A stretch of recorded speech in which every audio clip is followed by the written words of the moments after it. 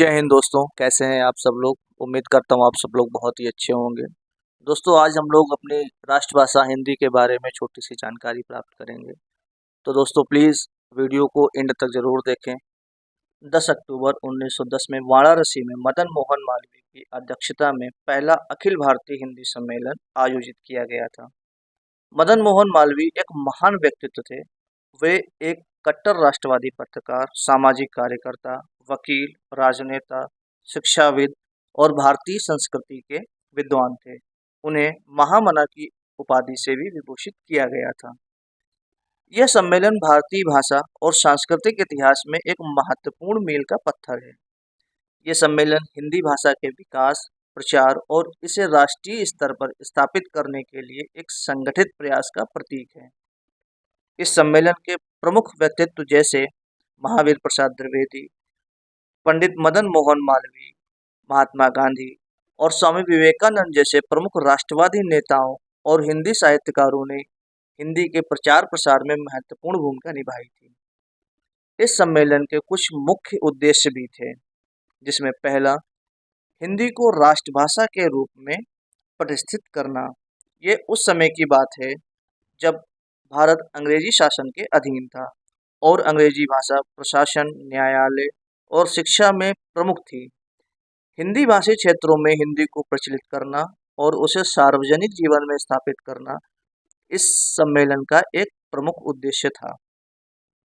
दूसरा, साहित्यिक विकास और प्रचार।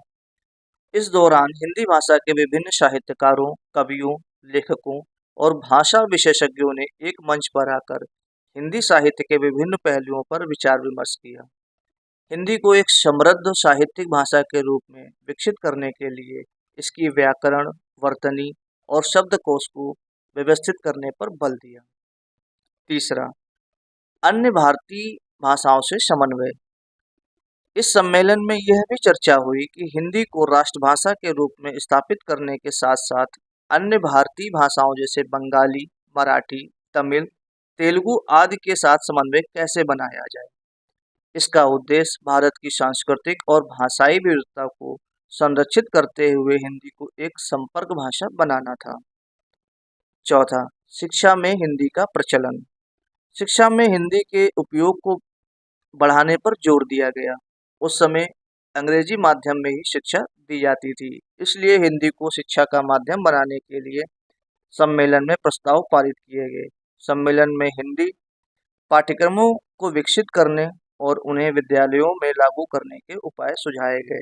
दोस्तों, अब जानते हैं इस सम्मेलन के परिणाम। पहला, हिंदी का व्यापक प्रसार। इस सम्मेलन के बाद हिंदी के प्रचार प्रसार में काफ़ी तेजी आई। कई साहित्यिक और सामाजिक संस्थाओं ने हिंदी के विकास और प्रोत्साहन के लिए काम करना शुरू किया। हिंदी को सार्वजनिक जीवन में अपनाने की पहल भी बढ़ी। दूसरा, हिंदी साहित्य सम्मेलन की स्थापना। इस सम्मेलन के आधार पर हिंदी साहित्य सम्मेलन नामक संस्था का गठन किया गया, जिसका उद्देश्य हिंदी भाषा और साहित्य को बढ़ावा देना था। ये संस्था हिंदी भाषा के विकास में महत्वपूर्ण भूमिका निभाती रही और आज भी सक्रिय है। तीसरा, स्वतंत्रता आंदोलन में हिंदी की भूमिका। स्वतंत्रता आंदोलन के दौरान हिंदी ने एकता की भाषा के रूप में कार्य किया। यह सम्मेलन हिंदी को भारतीय स्वतंत्रता संग्राम के एक माध्यम के रूप में स्थापित करने का मार्ग प्रशस्त करता है।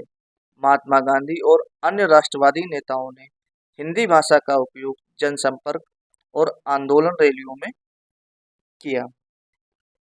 इस हिंदी सम्मेलन ने हिंदी भाषा को एक राष्ट्रीय पहचान दिलाने में महत्वपूर्ण कदम उठाया। ये भारतीय भाषाओं के प्रति सम्मान और हिंदी के प्रचार प्रसार के लिए संगठित प्रयासों की शुरुआत थी। इस सम्मेलन ने हिंदी भाषा के विकास, उसकी साहित्यिक समृद्धि और राष्ट्रीयता की भावना को मजबूत किया, जिससे आने वाले वर्षों में हिंदी भाषा भारतीय समाज और राजनीति का एक अभिन्न हिस्सा बन गई। दोस्तों, इस सम्मेलन के बाद दूसरा सम्मेलन 1911 में इलाहाबाद में आयोजित किया गया था, जिसकी अध्यक्षता पंडित गोविंद नारायण मिश्र ने की थी। जय हिंद दोस्तों, उम्मीद करता हूँ आपको ये जानकारी पसंद आई होगी। दोस्तों, प्लीज़ आप लोग चैनल को सब्सक्राइब करें, वीडियो को लाइक करें और शेयर करें। धन्यवाद।